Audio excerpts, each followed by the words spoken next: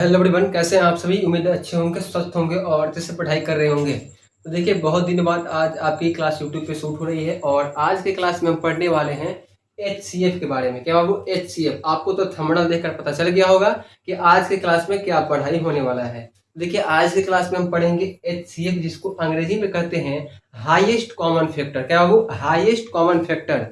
ठीक है, इसको हम कहते हैं हाईएस्ट हाईएस्ट कॉमन फैक्टर। ठीक है, जिसका हिंदी होता है महत्तम समापवर्तक। क्या बाबू, महत्तम समापवर्तक। महत्तम समापवर्तक।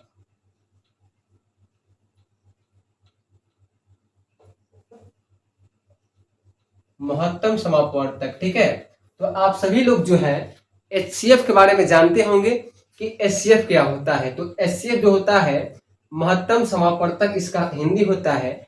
और जैसे बाबू आप गणित में जानते हैं कि एलसीएम पढ़ते हैं, एलसीएम के बाद जो है एचसीएफ पढ़ते हैं। ठीक है, एलसीएम को कहते हैं लोएस्ट कॉमन मल्टीपल। ठीक है, इसका इंग्लिश में क्या होता है, लोएस्ट कॉमन मल्टीपल। हिंदी इसका होता है लघुत्तम समापवर्तक। ठीक है, अब देखिए बाबू, एचसीएफ के बारे में हम पढ़ेंगे। जैसे आप देखे होंगे कि आपको क्वेश्चन मिलता है कि दो संख्याओं का आप एचसीएफ निकाल दीजिए। ठीक है, दो संख्याओं का क्या निकाल दीजिए, एचसीएफ। जैसे आपको कहा जाएगा कि बाबू आप 12 और 48 का जो है एचसीएफ निकालिए। तो एचसीएफ कैसे निकाला जाता है बाबू, देखिए इसको हम सबसे पहले आप ये जानिए, एचसीएफ निकालने की दो विधि है। क्या, एचसीएफ निकालने की दो विधि है। पहला विधि है बाबू गुणनखंड विधि। गुणनखंड विधि जिसको कहते हैं फैक्टराइजेशन मेथड। और दूसरा जो विधि है आपका, ये है भाग विधि, जिसको कहते हैं डिवीजन मेथड। क्या, पहला आपका है गुणनखंड विधि यानी कि फैक्टराइजेशन मेथड, दूसरा जो है आपका भाग विधि यानी कि डिवीजन मेथड। ठीक है, तो इसके दो तरीके हैं एचसीएफ निकालने के। देखिए, दोनों जानना जरूरी है आपके लिए, क्योंकि कभी कभी जो है एग्जाम में तरीका भी दिया रहता है, विधि भी दिया रहता है कि आपको जो है इस तरीके से एचसीएफ निकालना है। तो जो लोग जो है केवल गुणनखंड विधि जानते हैं और एग्जाम में देगा कि आपको भाग विधि से निकालना है, तो वहां आप नहीं निकाल पाएंगे भाग विधि से। अगर आप वहां गुणनखंड विधि से निकालते हैं और 2 नंबर का क्वेश्चन है बाबू, तो आपको केवल और केवल 1 नंबर मिलेगा, क्योंकि आपने उस क्वेश्चन को सॉल्व तो किया है लेकिन उसके अकॉर्डिंग नहीं किया है, उसके अनुसार नहीं किया है। और देखिए बाबू, सबसे पहले हम गुणनखंड विधि से इसका निकालते हैं। तो गुणनखंड विधि से निकालने के लिए देखिए, आप 12 का फैक्टर कीजिए यानी कि गुणनखंड कीजिए। तो सबसे पहले मान लीजिए आपको सीढ़ी चढ़ना होता है, तो आप सबसे पहले फर्स्ट वाले सीढ़ी पर लात रखते हैं, यानी कि फर्स्ट वाले पर आप चढ़ते हैं। तो कहने का मतलब ये है कि संख्या में भी आप सबसे पहले छोटी संख्या से शुरुआत करेंगे, किसी संख्या को घटा यानी गुणनखंड करने के लिए यानी कि भाग देने के लिए। देखिए, 1 से तो करेंगे नहीं, 0 और 1 को छोड़कर आप 2 से शुरुआत करेंगे। किसी भी संख्या का एलसीएम निकालना हो, एचसीएफ निकालना हो, तो आप 2 से शुरुआत करेंगे। तो 2 से शुरुआत करेंगे, यहाँ आप 2 से इसको आप भाग देंगे तो 6 में जाएगा। फिर आप 2 से भाग देंगे तो ये 3 हली में जाएगा। लेकिन अब ये जो संख्या 3 है 2 से नहीं कटेगा, तो हम इसे अब 3 से कटाएंगे तो ये एक बार में कट जाएगा। तो देखिए, आपको ये 3 चीज प्राप्त हुआ, यानी कि 12 का आपने जब गुणनखंड किया तो आपको प्राप्त हुआ 2 गुने 3, यानी 3 संख्या आया। अब आप करेंगे इस 44 का गुणनखंड, और 44 का गुणनखंड हम कर देते हैं। चलिए, तो आप यहाँ भी 2 से पहले इसका गुणनखंड करेंगे तो 24 हो जाएगा। फिर आप 2 से करेंगे तो 12 होगा। फिर आप 2 से करेंगे तो 6 हो जाएगा। और फिर 2 से यहाँ जब गुणनखंड करेंगे तो 3 हो गया। और लास्ट में आपको 3 से कर देना है तो 1 हो गया। तो आपने बाबू यहाँ जब 24 का गुणनखंड किया तो आपको ये सभी देखिए, यहाँ तो है 4 टर्म आपको 2 प्राप्त हुआ है और 1 टर्म आपको 3 प्राप्त हुआ है, यानी कि आपको प्राप्त हुआ है क्या, 48 का आपने जब गुणनखंड किया तो 2 गुने 2 4 बार आपको 2 प्राप्त हुआ है। और एक बार 3 हो गया। ठीक है, आपने इतना लिख दिया। अब आप देखिए मेन जो काम है यहीं पर है, यानी आपको करना ये है कि आपको इन दोनों का जोड़ी लगा देना है। जोड़ी करने का मतलब युग्म लगा देना है। जैसे कि बाबू यहाँ देखिए ऊपर भी 2 है, नीचे भी 2 है, इसको आप इससे घेरा लगाएंगे। ऊपर भी 2 नीचे भी 2, इसको घेरा लगाएंगे। अब देखिए यहाँ तो ऊपर 2 नहीं है, तो अब देखिए 3 है और यहाँ भी 3 है, यानी कि इसमें हमको 3 मिला। एक खाली देखिए यहाँ देखिए बाबू 2 बार हमको 2 मिला और एक बार 3 मिला। तो आपको जो जो प्राप्त हुआ है जोड़ा के रूप में उसको आप गुना कर देंगे। देखिए यहाँ एक बार 2 मिला गुण, यहाँ एक 2 बार मिला और यहाँ एक 3 मिला। तो देखिए 2 दूना 4, 4 3 12 हो गया, यानी कि आपका HCF कितना है बाबू 12 आ गया।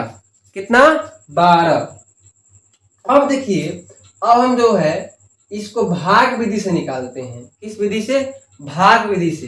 तो भाग विधि से निकालने का जो तरीका है, देखिए भाग विधि से कैसे निकालेंगे, आप भाग देंगे यानी कि छोट वाले संख्या से बड़े वाले को भाग देंगे। ठीक है, तो छोट वाले संख्या से बड़े वाले को जब आप भाग देंगे तो 12 के पहाड़े में बाबू 48 कितने बार में है, तो आप कहेंगे सर 4 बार में, तो 4 लिख के आप काट दीजिए। तो यहाँ आप देखेंगे कि शेषफल जो है कुछ नहीं बचा है, तो आप जिस चीज से भाग दिए हैं ना बाबू वही उसका HCF हो जाएगा।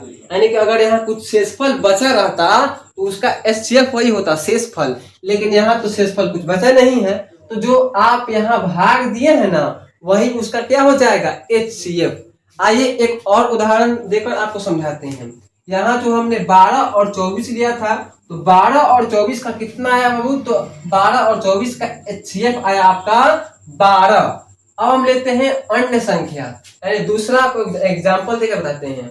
मान लीजिए आपको कहेगा कि आप जो है 9, ठीक है 9 और 81, या फिर देखिए कहेगा 4 और 30 का आपको कहेगा कि आप HCF निकाल दीजिए।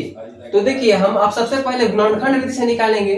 तो गुणनखंड से आपको क्या करना है, यहाँ आप 2 से करेंगे तो 2 बार में जाएगा, फिर 2 से करेंगे तो 1 बार में। अब इस 4 का आपको गुणनखंड लिख देंगे 2 गुणे 2, इतना आपको समझ में आया। अब इस 30 का करेंगे तो सबसे पहले आप 2 से करेंगे तो ये 15 बार में।